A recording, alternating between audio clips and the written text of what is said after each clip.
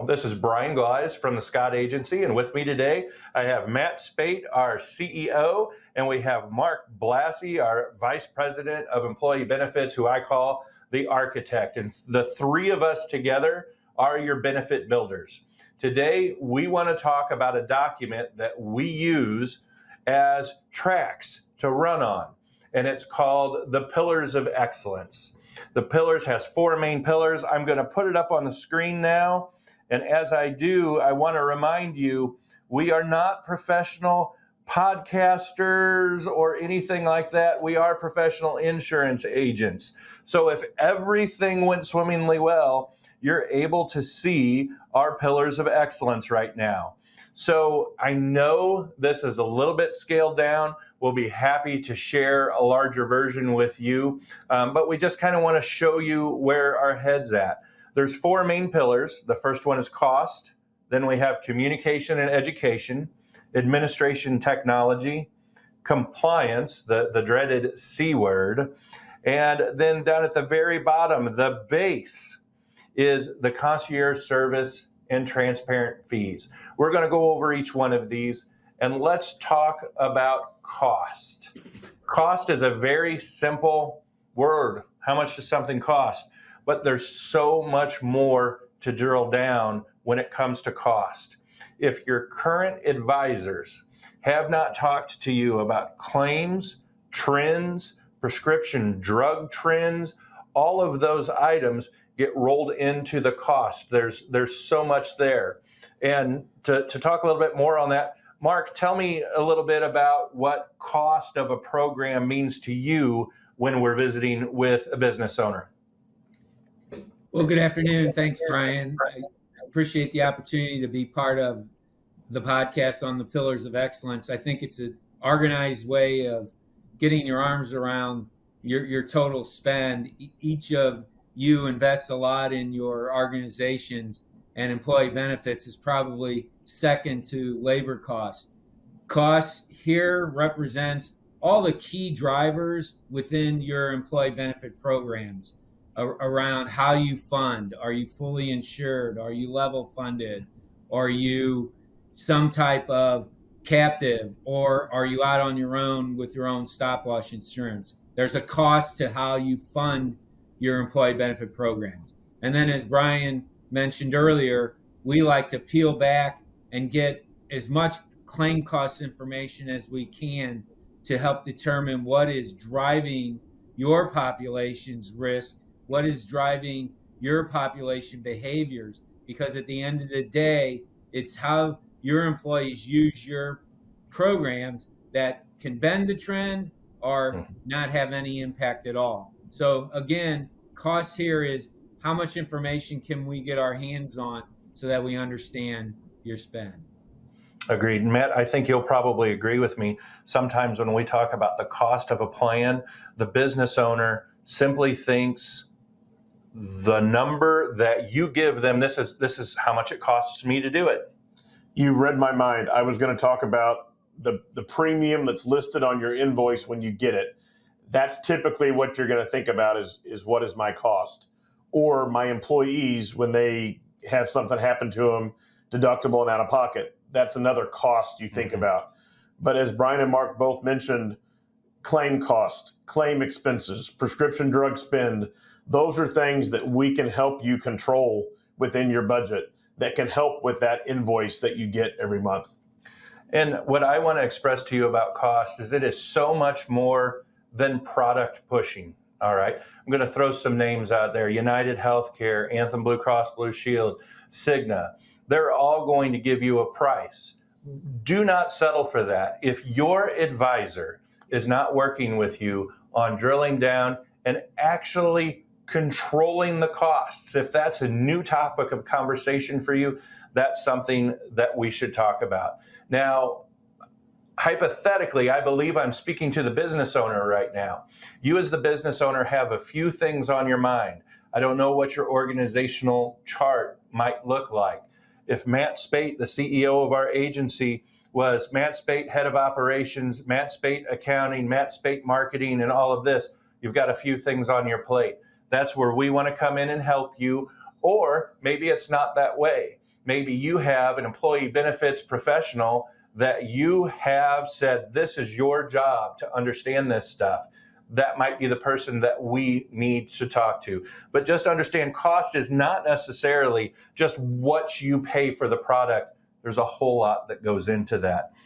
Our next pillar of excellence is communication and education. And guys, in today's world, just like we're coming at to you right now on a podcast, we're also videoing this that will be on our Facebook feed. We have found that communication and education is not just for the business owner. Your employee benefits program will not succeed if you are not all rowing in the same direction. So we engage technology. We send videos directly to the employee population, talking about best practices, talking about, you want to see your general practitioner first. If that doesn't work, the urgent care is the most cost effective. If that doesn't work, let's look at teledocs or those types of things, making the emergency room the last ditch place to go because it is the most expensive for your program. Matt, with clients that you have, whether it's a great big client like a school district or things like that, tell us what kind of feedback you get as far as what type of communication and education is important to them. Well, as Brian said, we want to help educate you, but in order to do that, we need to know what you want from us and what's going to be the most beneficial for you. Mark and I, as Brian mentioned, the school district, we wrote a 100-person school district a year ago that we just renewed. And we actually brought the carrier into the school district to meet with the superintendent and the administrative assistant. So we want to get the carrier involved too, so they can be involved to know what we want out of them and what they can help us deliver to the employees. And communicating to that carrier is a huge point. I'm going to let Mark talk a little bit about this, that when we drill down, Mark, we have found so often that employers, actually it would be the broker, has not drilled down to access all of the tools that the carrier has available. Can you talk about how you've went in and you've done things with the pharmacy benefit manager and you've really drilled down, instead of just replacing product after product, determining if the business owner and the broker is using the product efficiently? Talk to us a little bit about that. You use the word efficient, and I think this pillar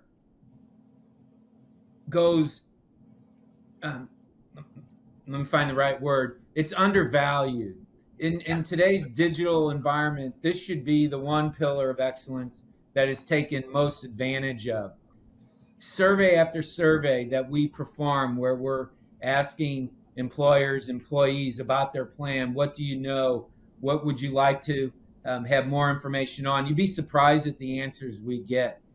We help our employers educate their employees so that they use the plan designed to help this group of employees not only achieve better health status, but over a long term through good consumer behaviors, spend, as you mentioned, Brian, go to the right care option, not just immediately going to the ER as an example.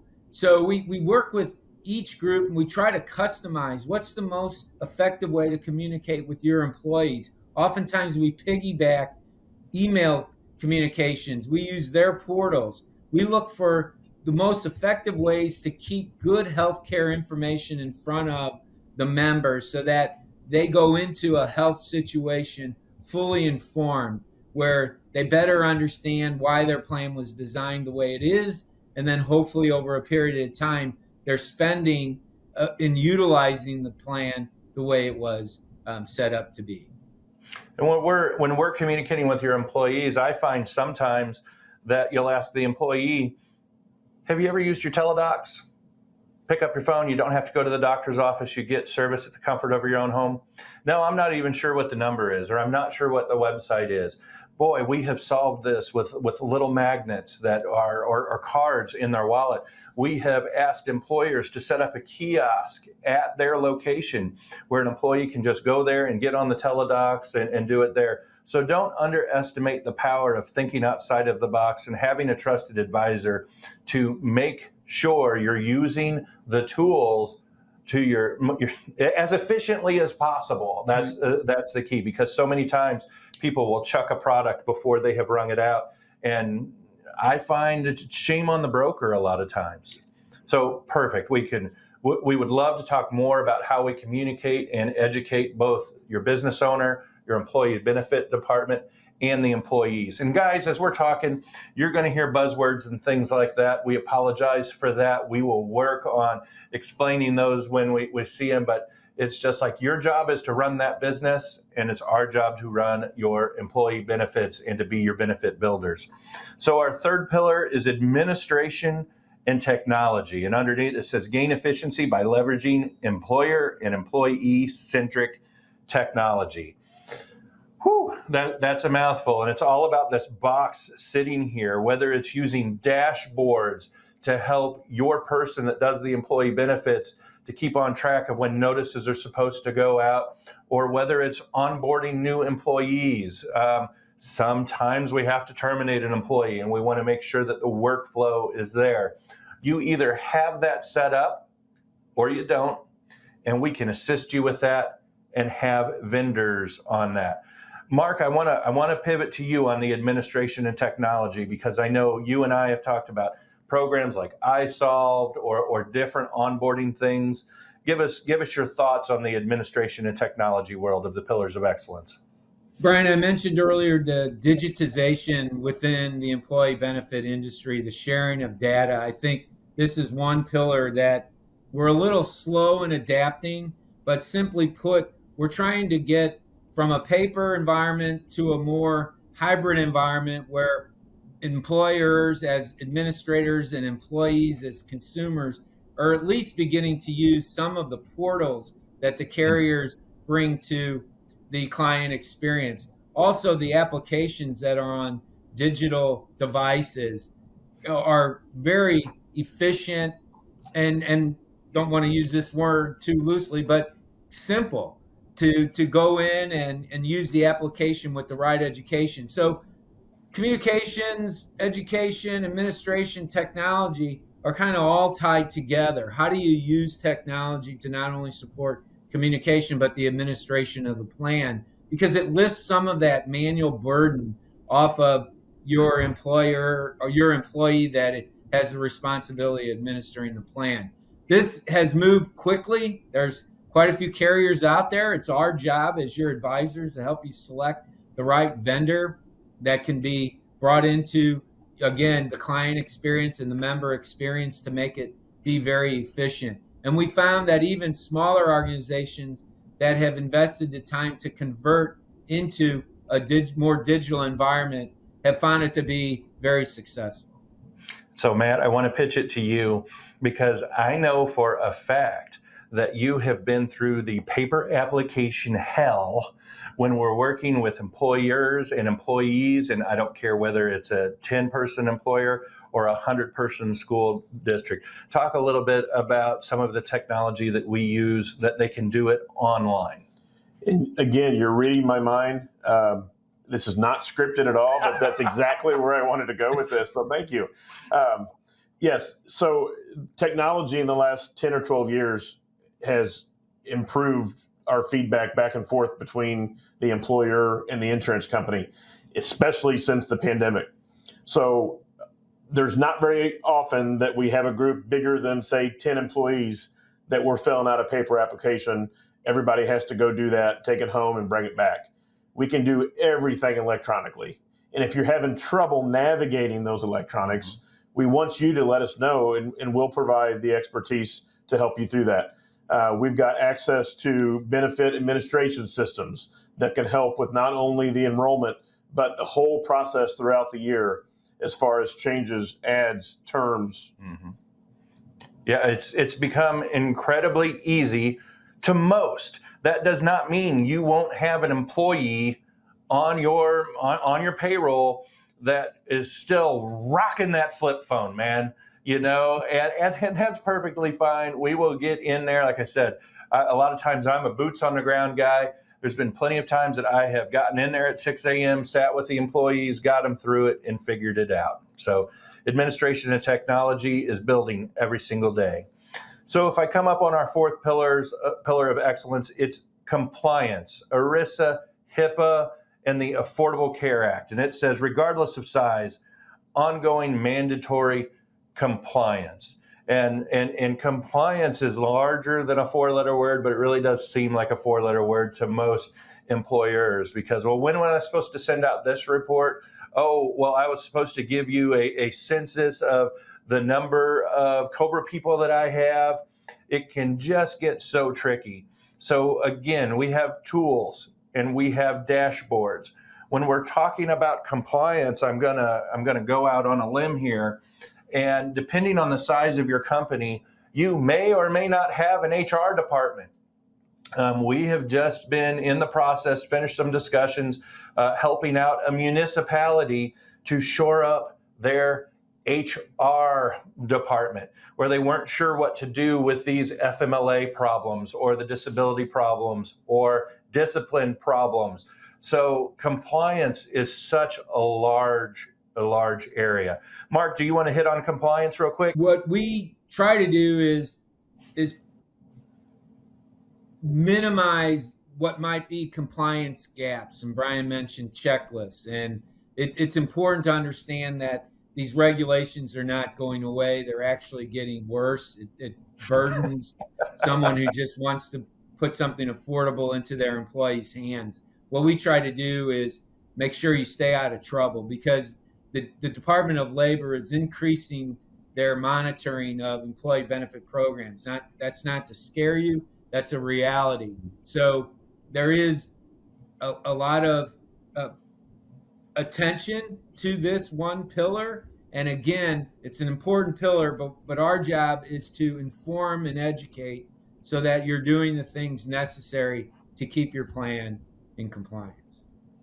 Right on, right on. And I'm going to stop sharing the screen now so you can look at our lovely faces. But before I do, I want to show you the foundation. The foundation of the pillars is the concierge service and transparent fees. So let's talk about that for just a second. We run into brokers all the time that go in and sell a product and say, wish you well. Here's a 1-800 number for you to call if you have any billing problems or things like that. There is a time and a place for that, but there's also a time and a place for more concierge service. I can tell you that if you're close to me in geography, it's nothing for employees to walk into my office of one of my employers and ask me questions. We can do the same thing in today's world on Zoom or even just picking up the phone and calling. The concierge service that we look to provide is to make sure that we have your back. One of the ways that we do that is to bring in third-party administrators. One of their names is Milliman. We're going to do a separate podcast on them that can help you ensure that you are using your money in the best, fiscal way for your benefits. And it also double checks us. I'd like to tell you that I'm perfect. Isn't that right? Of course. Yeah, maybe not. But we do work very hard so that our recommendations make sense. So as far as what does the concierge service mean to you? Because there's one of us, but in the school districts, there's literally hundreds of employees. In the municipalities that we insure, there's literally hundreds of employees. Yeah, so here's a couple examples. As I said, Mark and I recently did an enrollment at a school. Multitude of employees came up after the meeting to ask questions. Some of them we had to write down names and phone numbers. The Anthem rep that was with us wrote down names and phone numbers. Mm-hmm. And between the three of us, we gathered the answers we needed to, and we got back to the customer. As we stated, technology has changed things. Brian talked about his local service, but with technology, we can write benefits insurance almost anywhere in the country. Right. We're licensed in several states. We can get licensed in any state that we want. So technology has enabled us to help you anywhere and everywhere that you are and that you need assistance with your benefits. And I think one of the reasons why we're able to rock the pillars of excellence is because we are a third generation family owned company. Matt's the CEO of the company that has had the foresight to bring in architects like Mark Blassie and Keystone to bring the pieces of the puzzle together so that we can hammer every single pillar of excellence that we talked about while still providing that concierge service. That's our niche. We want to be an extension of your team. If you don't have that, if you don't feel like your broker has your back, if your employees don't feel like your broker has your back, Mark Blassie had the idea of let's do a survey to one of our large employers, and the survey gave benefits all over the place. It gave feedback to the employer, it gave feedback to us, and when we talk about attracting talent and retaining talent, it's absolutely huge. Mark, that foundation of concierge service, tell us what it means to you. 2 words: trusted advisor. Boom, love it. Absolutely love it. Well, guys, we want the information that we share to you to be relevant. We really don't want to be talking heads. I know you stared at the pillar of excellence there for a little while, but the next podcast we do and the subsequent podcasts, we want to give them some teeth. We want to give you actionable items. We've done some really fun stuff. We'll talk about some case studies. There's so many buzzwords out there, you know, whether it is a health and wellness program. And a health and wellness program is fantastic, but if only 2% of the people use it, not so much. Me and Mark and Matt have guided our employers as their trusted advisors. So any final words, guys? I think I'm gonna leave it there, and we'll crank up the next one. But we're excited. We are your benefit builders. We're that hometown family-owned business that has planned to survive the future, to be able to compete with any other carriers that are out there and provide you service like you haven't had before. Mark, anything in closing? I'd just like to say that the Pillars of Excellence is an organized way to inventory your current plan design. It would only take 30 minutes if you gave us that opportunity to come in, ask the questions to help populate those 4 pillars. Again, you should have an understanding of what your costs, communication, administration, and compliance exposures are. Right on. Matt, anything in closing? Agreed. No, it's been a blast today, and I look forward to next time. Guys, thank you so much. We're your benefit builders. We hope you tune in. We hope you share. Thank you. Bye-bye. Bye. The next time.